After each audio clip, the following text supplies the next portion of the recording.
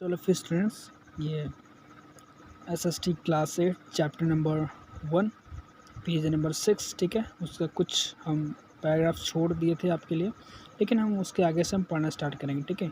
ये major events है, ठीक है। राइट साइड में major events of the modern period. Major events का मतलब होता है बड़े आयोजन आधुनिक युग के, ठीक है। Some of the events of modern period are, कुछ यहाँ बड़े आयोजन है आधुनिक पीरियड के, वो क्या क्या है। रिनेशंस का मतलब होता है पुनर्जन्म, ठीक है। इंडस्ट्रियल रेवोल्यूशन का मतलब होता है औद्योगिक क्रांति। फिर अर्बनाइजेशन का मतलब होता है शहरीकरण, ठीक है। अभी हम नेक्स्ट पेज पे पेज नंबर 7 पे हम चलते हैं, ठीक है। जैसे कि आप रोटेट करके दिखा दूँ, ठीक है। तो ये हम आ गए, ठीक है। Better means of transportation and communication, आपको बता दें कि अच्छा जो है यातायात का साधन और संचार, ठीक है। थर्ड, इम्पेरियलिज्म मतलब होता है साम्राज्यवाद। राइज ऑफ सोशलिज्म, ठीक है। ये साम्राज्यवाद है, इम्पेरियलिज्म, और सोशलिज्म मतलब समाजवाद का उत्थान, ठीक है।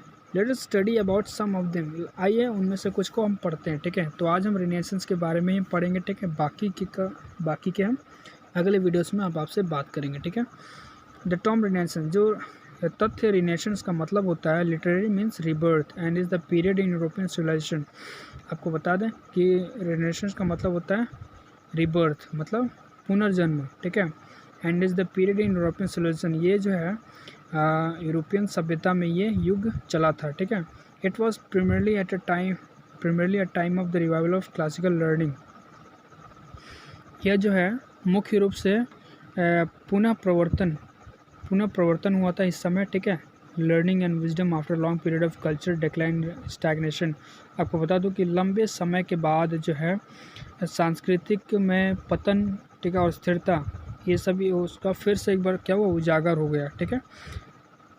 द रिनेशन, देखिए यहाँ पे जो वर्ड है डिक्लाइन का मतलब होता है पतन, ठीक है, और जो स्टैग्नेशन का मतलब होता है स्थिरता। The renaissance also witness the discovery and exploration of new continent.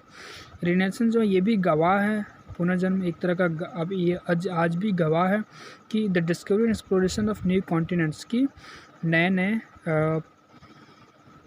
खोज हुए थे, ठीक है। नए खोज हुए थे और नए नए कॉन्टिनेंट्स के, नए नए उपमहाद्वीप के खोज भी हुए थे। The decline of the feudal system, अब देखिए यहाँ पे सम्मता, ठीक है, सम्मता सिस्टम का क्या हुआ था, पतन हुआ था। फ्यूडल का मतलब होता है सम्मता system. And the growth of commerce, और व्यापार का यहाँ पे उजागर हुआ था। एंड द इन्वेंशन और एप्लीकेशन ऑफ सच इनोवेशंस, और इस तरह के नयापन का आविष्कार होने लगा धीरे धीरे, ठीक है। जैसे कि नयापन में क्या, पेपर प्रिंटिंग, ठीक है, कागज़ का प्रिंटिंग का, द मैरिनर्स कंपास का, यहाँ पे नए नए चीज़ों का इन्वेंशन होने लगा, और गन पाउडर का भी। The new birth of resurrection is usually considered to have begun in Italy in 14th century. आपको बता दें कि ये जो पुनर्जन्म जो हुआ है फिर से रिजरेक्शन, इज़ यूजुअली कंसीडर्ड, माना जाता है कि इटली में 14th शताब्दी में इसका जन्म हुआ था, पुनर्जन्म का, ठीक है। अब यहाँ पे नीचे देखते हैं, exploring the seas and sailing to other continent become very important during this era. इस युग में जो है नए नए कॉन्टिनेंट उपमहाद्वीप की खोज करना, ठीक है, और एक उपमहाद्वीप से दूसरे उपमहाद्वीप में जाना, ठीक है, काफ़ी ज़्यादा महत्वपूर्ण बन गया था। Sellers had better instruments and maps. Seller जो नाविक लोग होते हैं, ये, ठीक है, नाविक के पास एक अच्छा इंस्ट्रूमेंट्स, एक अच्छा अपना संचार, एक अच्छा अपना हथियार होता था, और नक्शे भी हुआ करते थे। Ships were build so that they could endure longer journeys, ठीक है। जहाज़ों को जो है जहाज़ों को काफ़ी ज़्यादा मजबूत बनाया जाता था, ताकि इसलिए कि कुछ भी इससे टकराए तो ये सहन कर ले, और सहन करने के बाद ये अपनी लंबी जर्नी बनाए रखे, ठीक है, लंबी यात्रा बनाए रखे। Most of them had big sails that were driven by strong winds. आपको बता दें कि यहाँ पे बहुत बड़े बड़े सेल्स भी हुआ करते थे, जो कि हवाओं के द्वारा चलाए जाते थे, ठीक है। हवा जिस डायरेक्शन में चलती, तो सेल्स भी क्या होते थे, उसी डायरेक्शन में चलते। अब यहाँ पे देखिए, पोर्तुगीज नाविगेटर, पुर्तगाली नाविक started to explore the western coast of Africa from which they brought gold and ivory home, ठीक है। पुर्तगाली जो नाविक लोग हुआ करते थे, इन्होंने भी खोजबीन करना शुरू कर दिया। Explore the western coast of Africa, इन्होंने क्या किया, सबसे पहले पश्चिमी अफ्रीका का भाग इन्होंने क्या किया, एक्सप्लोर कर लिया, खोज कर लिया। From which they brought gold and ivory home, ठीक है। सोने और आइवरी का मतलब होता है हाथी के दांत और सोने अपने घर लाने लगे। Later on they discovered the sailing around the southern tip of Africa would bring them to India and Asia.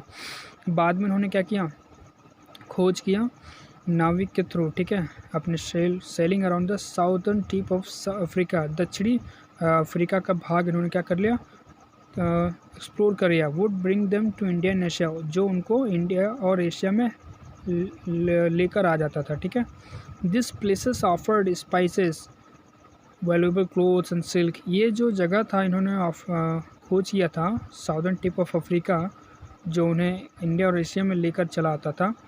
तो ये जगह इंडिया और एशिया जब उन्होंने खोज किया तो पता चला कि यहाँ पे अलग प्रकार के मसाले पाए जाते हैं, महंगे महंगे कपड़े और रेशम के कपड़े यहाँ पे पाए जाते हैं। Explorers brought them home and sold them to wealthy families in Europe, ठीक है। ये सभी खोजकर्ता क्या करते थे, अपने घर लाते थे और जो अमीर लोग होते थे यूरोप में, उन लोगों को बेचते थे, ठीक है, अमीर फैमिली में ये बेचते थे और उनकी कमाई उससे हो जाती थी, ठीक है। अब यहाँ पे देखिए Gutenberg invented the printing press. Johns, इनका पूरा नाम है जॉन्स गुटेनबर्ग, ठीक है। जॉन्स गुटेनबर्ग ने सबसे पहले प्रिंटिंग प्रेस का आविष्कार किया, और जब प्रिंटिंग प्रेस का आविष्कार किया तो इन्होंने सबसे पहले पुस्तक कौन सी छापी, तो बाइबल पुस्तक सबसे पहले इन्होंने प्रेस किया, ठीक है। For the first time, book making became cheap and Gutenberg was able to print many books very quickly, ठीक है। सबसे प्रथम बार क्या हो गया, बुक छपाई सबसे ज़्यादा आसान थी और प्लस में सस्ती भी थी। And Gutenberg was able to print many books, और गुटेनबर्ग भी समर्थ है कि ढेर सारी बुक्स इन्होंने क्या कर दिया, छाप दिया बहुत जल्दी, ठीक है। After Columbus had discovered America in 1492, Columbus के बाद अमेरिका का क्या हो गया, कोलम्बस ने क्या किया, उसके बाद कोलंबस ने अमेरिका का 1492 में डिस्कवर कर दिया, खोज कर दिया अमेरिका का। Many Spanish, French and Italian explorers, यहाँ पे देखिए अब हम ऊपर जा रहे हैं। Explorers followed the Spanish were the most successful, they conquered much of the central South America and brought gold and silver from the Inca and Aztec empire, ठीक है। जैसे कि यहाँ पे दिया हुआ है कि मैंने स्पेनिश, बहुत से स्पेनिश और फ्रेंच और इटालियन एक्सप्लोरर्स खोज करता, ठीक है, लोगों ने क्या किया, अनुयायी किया। द स्पेनिश वो द मोस्ट सक्सेसफुल, जो स्पेनिश हुआ करते थे वह काफ़ी ज़्यादा सक्सेसफुल, काफ़ी सफलतापूर्वक व्यक्ति लोग थे, ठीक है। The conquered much of the central and south America and brought home gold, उन्होंने क्या कर लिया था, मध्य अमेरिका को और दक्षिणी अमेरिका को काफ़ी ज़्यादा इन्होंने जीत हासिल कर लिया उस पर। एंड ब्रॉट होम गोल्ड, अपने घर सोना और चांदी लेकर आते थे। From the Inca and Aztec empire, ठीक है। इंका एंड एज़टेक जो है एक तरह का एक साम्राज्य है, ठीक है। इनका भी एक अपना एम्पायर सिविलाइजेशन है, आप आगे की हिस्ट्री में इनके बारे में पढ़ेंगे।